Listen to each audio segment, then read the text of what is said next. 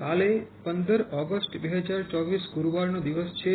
હું શ્રી રામચરિત માનસની ચર્ચા આગળ વધારું છું. હું આજે શ્રી લક્ષ્મણજી અને શ્રી સુમિત્રાજી વચ્ચેનો સંવાદ, ત્યારબાદ શ્રી રામચંદ્રજીનું વનગમન તેની વિશે ચર્ચા કરીશ. શ્રી લક્ષ્મણજીને જ્યારે ખબર પડી કે શ્રી રામચંદ્રજીએ તેમને વન જવા માટેની આજ્ઞા આપી દીધી છે, ત્યારે શ્રી લક્ષ્મણજી ખૂબ જ હર્ષિત થઈને માતા સુમિત્રાજીને મળવા ગયા અને ત્યારબાદ તેઓ માતા સુમિત્રાજીના ચરણ વંદન કર્યા. અને ત્યારબાદ શ્રી લક્ષ્મણજીને ચિંતા થાય છે કે જો માતા સુમિત્રાજી વનમાં જવાની ના પાડી દેશે તો મોટી હાનિ થશે. ત્યારબાદ માતા સુમિત્રાજીને શ્રી લક્ષ્મણજી વનગમન વિશેની જે કૈકેયીજીએ શરત મૂકી હતી તેના વિશે વાત કરે છે. આ વાત સાંભળીને માતા સુમિત્રાજીને અત્યંત દુઃખ થાય છે અને માતા સુમિત્રાજી કહે છે કે વિધાતાએ બધું જ સરસ કર્યું હતું, પરંતુ કૈકેયીએ ઘાત લગાવી છે. ત્યારબાદ માતા સુમિત્રાજી શ્રી લક્ષ્મણજીને કહે છે કે જ્યાં પ્રભુ શ્રી રામ છે ત્યાં જ અયોધ્યા છે, તેથી શ્રી લક્ષ્મણજીને પણ અયોધ્યા જવું જોઈએ. ત્યારબાદ માતા સુમિત્રાજી શ્રી લક્ષ્મણજીને કહે છે કે શ્રી લક્ષ્મણજીએ પ્રભુ શ્રી રામચંદ્રજીને પોતાના પિતા અને શ્રી સીતા માતાને પોતાની માતા માનવા જોઈએ અને તેમની સેવા કરવી જોઈએ. અને માતા સુમિત્રાજી કહે છે કે બધા પુણ્યનું ફળ એ શ્રી રામચંદ્રજીના ચરણોમાં ભક્તિ હોવી તે બધા પુણ્યનું ફળ છે, તેવું માતા સુમિત્રાજી કહે છે.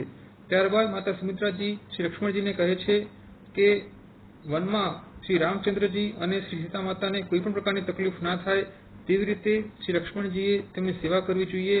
શ્રી લક્ષ્મણજીએ ગુસ્સા ઉપર કાબુ રાખવો જોઈએ અને રાગ, મોહ, દ્વેષ બધાથી તેમને દૂર રહેવું જોઈએ. આ રીતે અનેક પ્રકારની શિક્ષા માતા સુમિત્રાજીએ શ્રી લક્ષ્મણજીને આપી અને શ્રી લક્ષ્મણજીને વન જવાની આજ્ઞા આપી દીધી. જ્યારે માતા સુમિત્રાજીએ શ્રી લક્ષ્મણજીને આજ્ઞા આપી દીધી ત્યારે શ્રી લક્ષ્મણજી અત્યંત હર્ષિત થઈ ગયા કે વનમાં જવાનું જે એકમાત્ર વિઘ્ન હતું તે પણ હવે દૂર થઈ ગયું છે. ત્યારબાદ શ્રી રામચંદ્રજી, શ્રી સીતા માતા અને શ્રી લક્ષ્મણજી એ રાજા દશરથને મળવા જાય છે. અંતિમ વખત રાજા દશરથને મળવા જાય છે. ત્યાં રાજ દરબારમાં અનેક લોકોની ભીડ છે. ત્યાં ગુરુ વશિષ્ઠજી છે, મંત્રી સુમંત છે અને ગુરુ વશિષ્ઠજીની પત્ની શ્રી અરુંધતી છે. આવી રીતે અનેક લોકો ત્યાં હાજર છે. ત્યાં શ્રી રામચંદ્રજી જાય છે અને શ્રી દશરથજીના ચરણોની વંદના કરે છે. ત્યારબાદ શ્રી દશરથજી શ્રી રામચંદ્રજીને વનમાં જવાની ના પાડે છે, પરંતુ શ્રી રામચંદ્રજી પોતાના વચનના પાક્કા અને નિયમોનું દ્રઢતાથી પાલન કરે છે, તેથી શ્રી દશરથથી વધુ બોલાતું નથી. ત્યારબાદ શ્રી દશરથજી શ્રી સીતા માતાને કહે છે કે તેઓ રોકાઈ જાય, કારણ કે અન્ય સ્ત્રીઓ જે એ સમય મહેલમાં હાજર છે તે બધી સ્ત્રીઓ શ્રી સીતા માતાને કહે છે કે કૈકેયીજીએ વનમાં જવાની આજ્ઞા માત્ર શ્રી રામચંદ્રજી માટે માગી હતી, શ્રી સીતા માતા માટે માગી નહોતી. તેથી શ્રી સીતા માતાએ મહેલમાં જ રહેવું જોઈએ અને તેની ઈચ્છા હોય તે પ્રકારે મહેલમાં રહેવું જોઈએ. આ વાત સાંભળીને શ્રી સીતા માતા કંઈ બોલતા નથી. આ જોઈને માતા કૈકેયીજીને ગુસ્સો આવે છે અને માતા કૈકેયીજી મુનિના વસ્ત્ર, માળા અને કુમંડલ એ શ્રી રામચંદ્રજી આગળ મૂકી દે છે.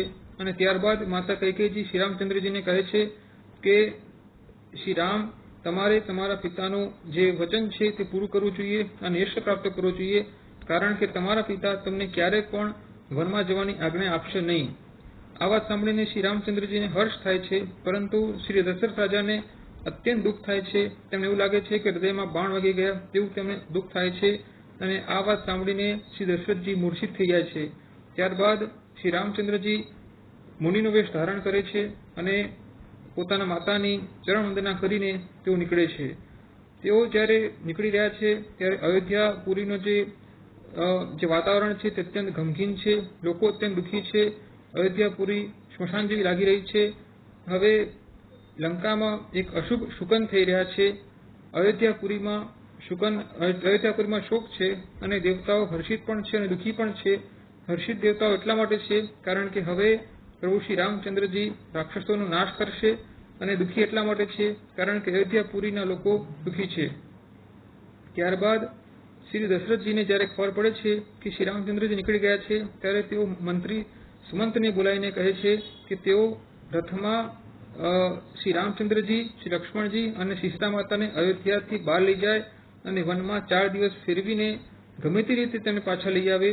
જો શ્રી રામચંદ્રજી આવવાની ના પાડે તો શ્રી સીતા માતાને પણ વનના કષ્ટ કહીને તે પાછા લઈ આવે.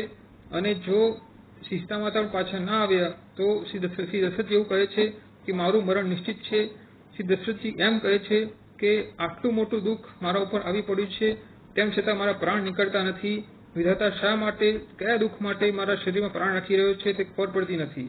ત્યારબાદ પ્રભુ શ્રી રામચંદ્રજી ગુરુ વશિષ્ઠજીની ચરણ વંદના કરે છે, બ્રાહ્મણોને દાન આપે છે, મિત્રોને બોલાવીને પ્રિય વચન કહે છે અને પોતાના મિત્રોને એમ કહે છે કે મારો સાચો મિત્ર એ જ છે જે પોતાના કાર્યોથી રાજા દશરથજીને સુખ પહોંચાડે.